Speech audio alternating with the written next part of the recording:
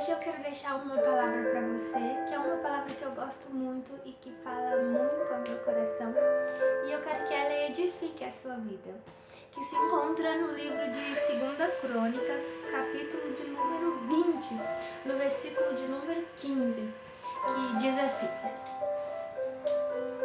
E disse: Dai ouvido todos de Judá, e vós, moradores de Jerusalém, e tu, ó rei Josafá, ao que vos diz o Senhor: Não temeis, e nem vos assustei por causa dessa grande multidão, pois a peleja não é vossa, mas de Deus. Eu gosto muito dessa palavra e ela edifica muito a minha vida. Ela nos conta um episódio que aconteceu na vida do rei Josafá. A palavra de Deus diz que certa vez veio uma multidão contra o rei Josafá, dos povos de Moabe e dos povos de Amon, da além do mar e da Síria. E a palavra de Deus diz que quando isso aconteceu, Josafá então ele teve medo. E eu aprendo muito com essa parte de Josafá teve medo, porque quantas vezes nós também temos medos. Se a gente parar para analisar um pouco a nossa história, quantas vezes já desistimos, quantas vezes desistimos de quantas pessoas desistem de relacionamento por causa de medo, quantas pessoas desistem de ir atrás de um serviço por causa de medo, quantas pessoas não fazem escolhas por causa de medo. Mas Josafá, quando ele teve medo, a palavra de Deus diz que ele se dispôs a buscar o Senhor. E há respostas para os nossos medos. Se toda vez que a gente tiver medo, a gente se dispor a buscar o Senhor, os nossos problemas estarão resolvidos. Sabe por quê? Quando a gente tem medo e se dispõe a buscar no Senhor, o Senhor é aquele que nos envia uma resposta de se a gente deve ou não seguir o caminho. Essa é a diferença. Quando você tiver um medo, coloque esse medo nas mãos do Senhor. Vá buscar o Senhor, porque Ele te revelará, Ele te dará a direção correta. E se você seguir a direção correta, se você seguir o caminho correto que provém de Deus, não tem derrota, não tem fracasso, não tem escolhas erradas, porque Deus ele é um Deus de vitória. E se você seguir o que o Espírito Santo de Deus respondeu para você, com certeza o final da sua trajetória, o final das suas escolhas será um final de vitória. E a palavra de Deus fala que ele teve medo, se dispôs a buscar o Senhor. Não só ele, mas todo o povo de Judá. Todo o povo, então, Josafá se apregou um jejum, manda que todos jejuassem, e eles pedem socorro ao Senhor. A palavra de Deus diz que eles começaram a pedir socorro ao Senhor. E quantas das vezes nós temos feito nosso coração como uma pedra, ou a gente por algum motivo não confia na força de Deus e quer confiar nas nossas próprias forças, sendo que não temos força nenhuma. E tudo que Deus está esperando é o nosso pedido, o nosso grito de socorro. Não porque Deus é um pai ruim que quer que a gente fique se humilhando a Ele, não, é totalmente ao contrário, porque Deus é um pai amoroso que Ele quer que a gente vá pedir socorro, porque Ele não quer ver a gente lutando com as nossas próprias forças, sendo que Ele pode lutar por nós e a gente pode tão somente descansar nessa situação. Então eu vejo amor de Deus nessa questão. Então aquele povo começou a pedir socorro para Deus. Quantas vezes nos falta pedir socorro para Deus? Se a gente fosse até Deus e pedisse socorro, quantas coisas estariam diferentes se a gente não tentasse, não se desgastasse tanto tentando fazer por nós mesmos.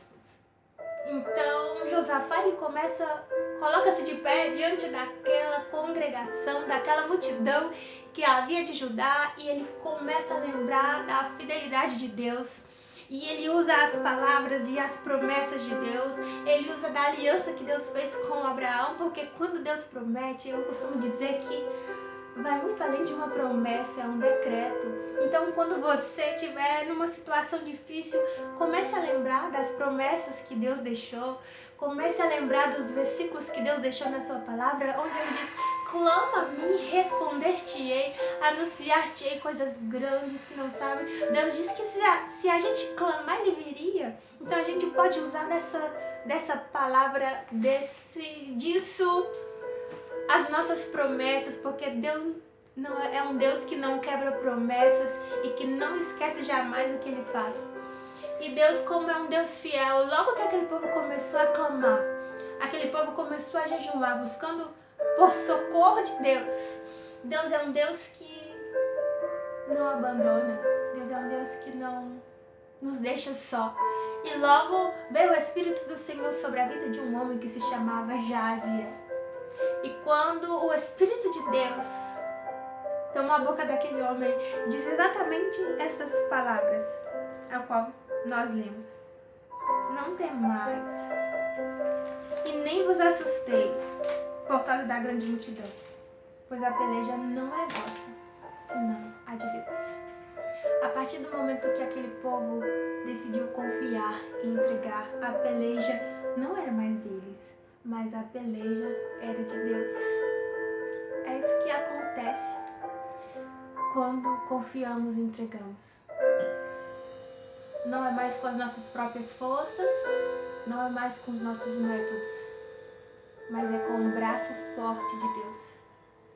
E o que eu acho bonito é que quando aquele povo foram falar com Deus, quando aquele povo foi levar os seus problemas a Deus, eles estavam em pé. Então eu acredito que eles estavam ali numa posição de...